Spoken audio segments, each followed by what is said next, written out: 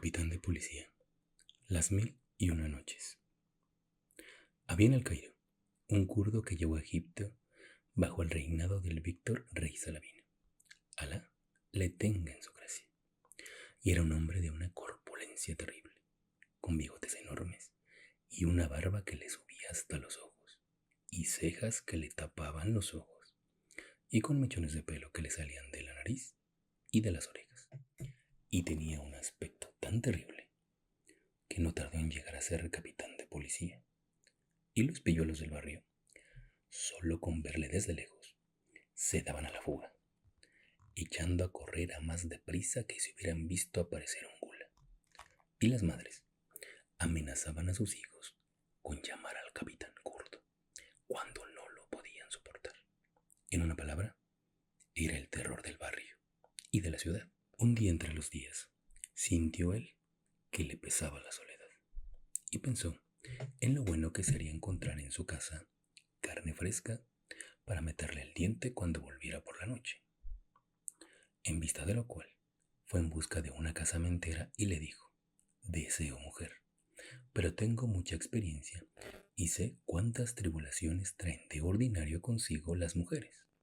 Por eso, como quiero tener las menos complicaciones posibles, deseo que me busques una joven virgen que no se haya separado nunca de la ropa de su madre y que esté dispuesta a vivir conmigo en una casa que se componga de una sola habitación.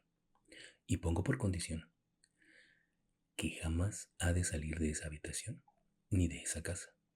Y ahora, dime si puedes o no puedes encontrarme a esa joven. Y la casamentera contestó: puedo. Dame algo de señal. Y el capitán de policía le entregó un dinar en señal y se fue por su camino. Y la casamentera se irguió sobre ambos pies y se dedicó a la busca de la joven consabida. Y tras varios días de pesquisa y negociaciones, de preguntas y respuestas, acabó por encontrar una joven que consintió en vivir con el kurdo sin salir nunca de la casa, compuesta de una sola habitación. Y la casamentera fue a participar al capitán de policía el éxito de sus buenos oficios y le dijo: he encontrado para ti una joven virgen que jamás se ha separado de su madre y que me ha dicho, cuando le he impuesto la condición, vivir con el valiente capitán o permanecer aquí encerrada con mi madre, da lo mismo. Y el kurdo quedó muy satisfecho de esta respuesta y preguntó a la casamentera: ¿y cómo es? Ella contestó: es gorda y rolliza y blanca.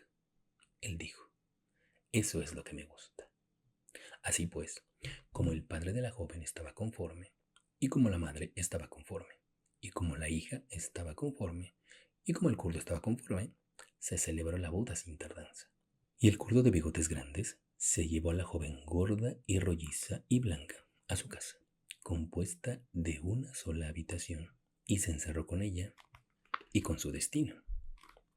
Y el día siguiente, el kurdo se fue a los asuntos propios de la policía, diciéndose al salir de su casa: he hecho mi suerte con esta joven.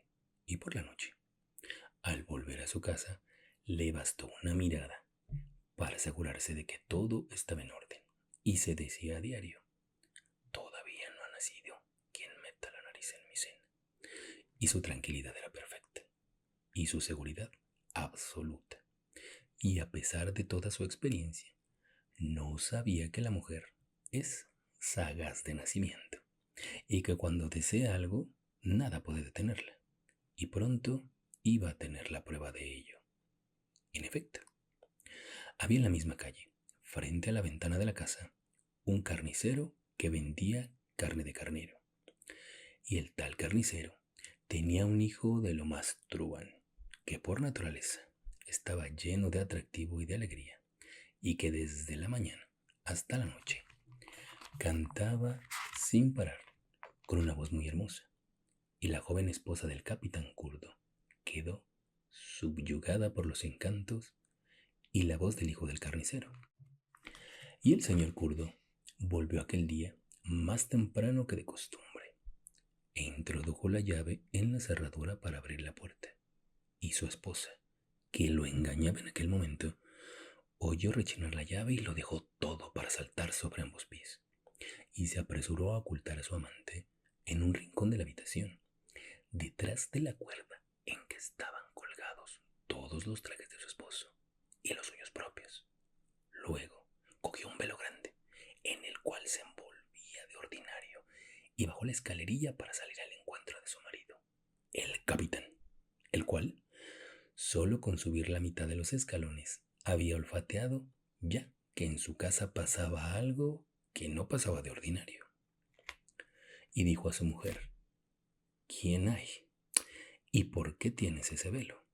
Y ella contestó: La historia de este velo, oh dueño mío, es una historia que si estuviese escrita con agujas en el ángulo interior del ojo, serviría de lección a quien la leyera con respeto. Pero empieza por sentarte en el diván para que te la cuente. Y le llevó al diván, le rogó que se sentara y continuó así. Has de saber, en efecto, que en la ciudad del Cairo había un capitán de policía, hombre terrible y celoso, que vigilaba a su mujer de continuo, y para estar seguro de su fidelidad, la había encerrado en una casa como esta, con una sola habitación. Pero, a pesar de todas sus precauciones, la mujer le ponía los cuernos con el hijo de su vecino carnicero, de modo y manera que, un día que había vuelto más temprano que de costumbre, el capitán sospechó algo. Y en efecto, cuando su mujer le oyó entrar, se apresuró a ocultar a su amante y llevó a su marido a un diván, igual que yo he hecho contigo. Y entonces le echó por la cabeza una tela que tenía en la mano y la apretó con todas sus fuerzas de esta manera. Y así, diciendo la joven, echó la tela por la cabeza al kurdo y le apretó el cuello, riendo y continuando así su historia. Y cuando tuvo la cabeza y el cuello bien cogidos con la tela, la joven gritó a su amante, que estaba escondido detrás de las ropas del marido: querido mío, ponte a salvo, pronto, pronto. Y el joven carnicero se apresuró a salir de su escondite y a precipitarse por la escalera a la calle. Y tal es la historia de la tela que tenía yo en la mano. Y tras de contar esta historia, y al ver que su amante estaba a salvo ya, la joven aflojó la tela que tenía fuertemente al cuello de su marido y se echó a reír de tal manera que cayó de trasero. En cuanto al capitán kurdo, libre ya de la estrangulación, no supo si debía reír o enfadarse por la historia y la broma de su mujer. Por lo demás, kurdo era, y kurdo siguió siendo, y por eso jamás comprendió nada de aquel incidente, y continuaron creciéndole los bigotes y los pelos, y murió como un bienaventurado, contento y prosperando, tras de haber dejado muchos hijos.